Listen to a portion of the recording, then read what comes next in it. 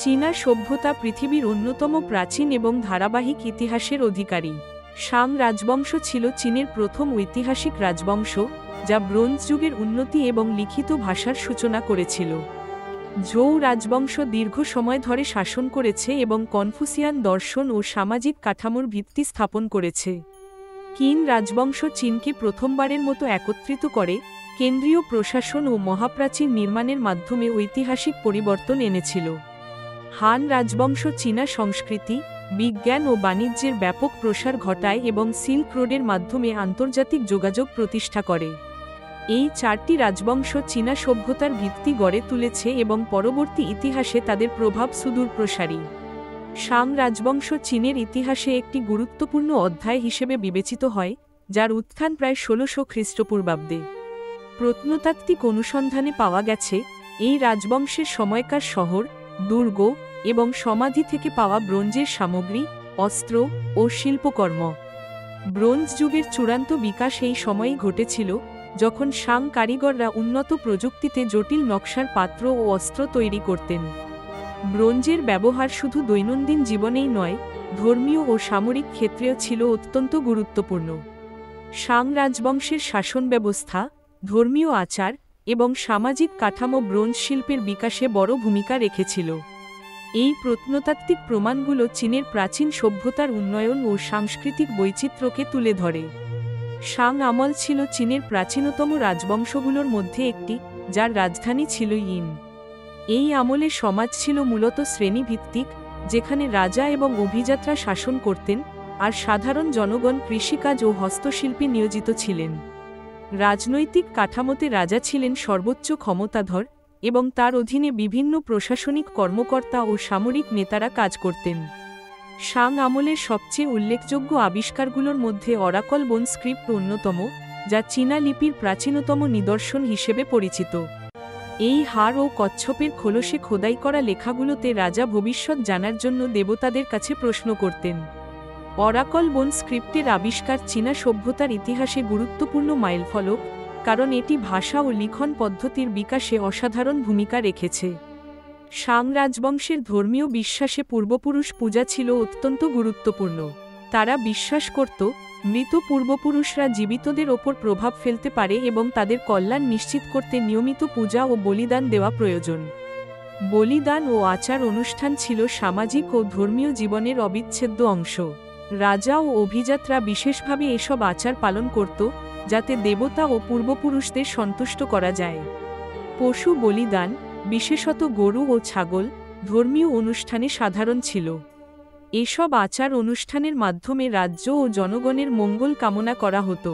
শাং সমাজে ধর্মীয় বিশ্বাস ও আচার অনুষ্ঠান সামাজিক বন্ধন ও ঐক্য গঠনে গুরুত্বপূর্ণ ভূমিকা রাখত। শাং যুগে সামরিক সংগঠন ছিল অত্যন্ত সুসংগঠিত এবং শক্তিশালী। তারা ব্রোঞ্জের তৈরি অস্ত্র, যেমন তরবারি, কুড়াল এবং বর্শা ব্যবহার করত, যা তাদের প্রতিপক্ষের তুলনায় অনেক বেশি কার্যকর ছিল। এই উন্নত অস্ত্রশস্ত্রের ফলে শাং সেনারা যুদ্ধে সহজেই বিজয়ী হতো। শাংরা তাদের সেনাবাহিনীকে বিভিন্ন ভাগে বিভক্ত করত এবং কৌশলগতভাবে আক্রমণ পরিচালনা করত। অন্যান্য গোত্রের ওপর আধিপত্য বিস্তারের জন্য তারা কখনো সরাসরি যুদ্ধ, কখনো কূটনৈতিক সম্পর্ক গড়ে তুলত। শাং রাজারা নিজেদের শক্তি ও সম্পদ বাড়াতে এই সামরিক কৌশলগুলো দক্ষভাবে ব্যবহার করত। ফলে শাং সভ্যতা দীর্ঘ সময় ধরে চীন অঞ্চলে আধিপত্য বজায় রাখতে সক্ষম হয়েছিল। শাং রাজবংশের অর্থনীতি মূলত কৃষি ও পশুপালনের ওপর নির্ভরশীল ছিল। ধান, গম এবং অন্যান্য শস্য উৎপাদন তাদের খাদ্য নিরাপত্তা নিশ্চিত করত। গবাদি পশু পালনও ছিল অর্থনৈতিক কর্মকাণ্ডের একটি গুরুত্বপূর্ণ অংশ, যা শ্রম ও খাদ্য সরবরাহে সহায়তা করত। ব্রোঞ্জ শিল্প শাং সভ্যতার অন্যতম বৈশিষ্ট্য, যেখানে অস্ত্র, সরঞ্জাম এবং ধর্মীয় সামগ্রী তৈরি হতো। এই শিল্প তাদের প্রযুক্তিগত উৎকর্ষ এবং সামরিক শক্তি বৃদ্ধি করেছিল। জেড পাথরও শাং সমাজে বিশেষ গুরুত্ব পেত, যা ধর্মীয় ও সামাজিক অনুষ্ঠানে ব্যবহৃত হতো এবং সম্পদ ও মর্যাদার প্রতীক হিসেবে বিবেচিত হতো। শাং যুগের শিল্পকলা চমৎকার বৈচিত্র্যের জন্য বিখ্যাত। এই সময়ে ব্রোঞ্জ পাত্রের নকশা অত্যন্ত জটিল ও সূক্ষ্ম ছিল, যেখানে বিভিন্ন জ্যামিতিক ও প্রাণীর মোটিফ দেখা যায়। ব্রোঞ্জের পাত্রগুলো শুধু দৈনন্দিন ব্যবহারের জন্য নয়, ধর্মীয় আচার অনুষ্ঠানেও ব্যবহৃত হতো। ধর্মীয় প্রতীকের ব্যবহার শিল্পকর্মে বিশেষ গুরুত্ব পেয়েছিল, যা শাং সমাজের ধর্মীয় বিশ্বাস ও আচারকে প্রতিফলিত করে। এসব প্রতীক ও নকশা শাং যুগের সাংস্কৃতিক পরিচয় ও শিল্পের উৎকর্ষতা তুলে ধরে। শাং রাজবংশের পতনের পেছনে প্রধান কারণ ছিল অভ্যন্তরীণ দুর্বলতা। রাজপরিবারের মধ্যে দ্বন্দ্ব, প্রশাসনিক দুর্বলতা এবং জনগণের প্রতি অত্যাচার রাজ্যকে ক্রমশ দুর্বল করে তোলে। শাসকদের বিলাসিতা ও অবিচার সাধারণ মানুষের মধ্যে অসন্তোষ সৃষ্টি করে। এই সুযোগে ঝৌ রাজবংশ তাদের শক্তি বৃদ্ধি করে এবং শাং রাজবংশের বিরুদ্ধে বিদ্রোহ ঘোষণা করে। ঝৌরা কৌশল ও সংগঠিত সেনাবাহিনীর মাধ্যমে শাংদের পরাজিত করে।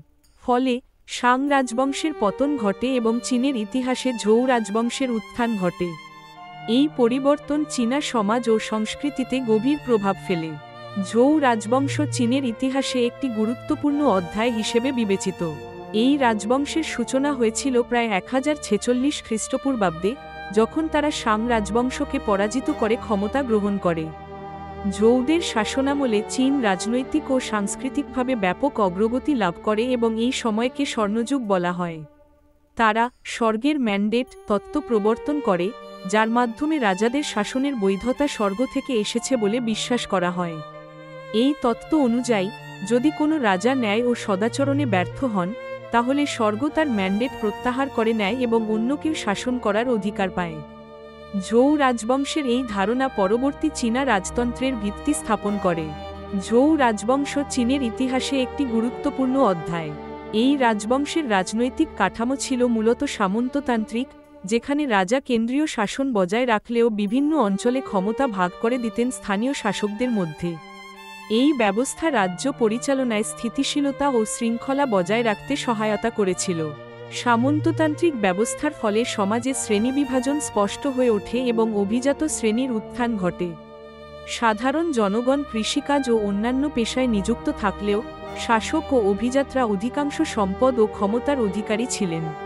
এই কাঠামো চীনা সমাজের সামাজিক ও সাংস্কৃতিক বিকাশে গভীর প্রভাব ফেলেছিল। ঝৌ রাজবংশের শাসনকালে কেন্দ্রীয় ক্ষমতা ক্রমশ দুর্বল হয়ে পড়ে। রাজপরিবারের নিয়ন্ত্রণ কমে গেলে স্থানীয় অভিজাতরা তাদের নিজস্ব অঞ্চলে শক্তিশালী হয়ে ওঠে। এই অভিজাতরা নিজেদের স্বার্থ রক্ষায় স্বাধীনভাবে রাজনীতি ও প্রশাসন পরিচালনা করতে শুরু করে। ফলে চীনের বিস্তীর্ণ ভূখণ্ড ছোট ছোট রাজ্যে বিভক্ত হয়ে যায়। প্রতিটি রাজ্য নিজেদের শক্তি বৃদ্ধি ও নিরাপত্তার জন্য প্রতিযোগিতায় লিপ্ত হয়। এই বিভাজন চীনের রাজনৈতিক অস্থিরতা ও সংঘাতের কারণ হয়ে দাঁড়ায়। বসন্ত শরৎ যুগ এবং যুদ্ধরত রাষ্ট্র যুগ চীনের ইতিহাসে গভীর রাজনৈতিক বিশৃঙ্খলার সময় ছিল। এই সময় বহু ক্ষুদ্র ও বৃহৎ রাজ্য নিজেদের ক্ষমতা বিস্তারের জন্য একে অপরের সঙ্গে সংঘর্ষে লিপ্ত হয়। রাজনৈতিক অস্থিরতা এবং ধারাবাহিক যুদ্ধের মধ্যেও সমাজে সাংস্কৃতিক উজ্জ্বলতা দেখা যায়।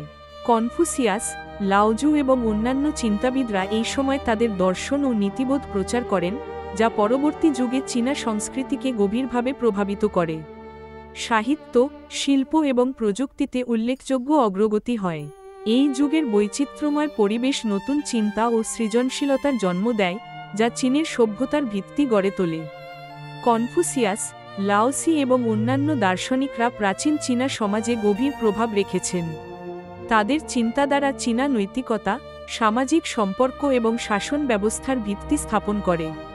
কনফুসিয়াসের শিক্ষা ছিল পারস্পরিক শ্রদ্ধা, ন্যায়বিচার এবং পরিবারকেন্দ্রিক মূল্যবোধের উপর। লাওসি তার দাওবাদী দর্শনে প্রকৃতির সঙ্গে সামঞ্জস্য এবং সরল জীবনযাপনের গুরুত্ব তুলে ধরেন।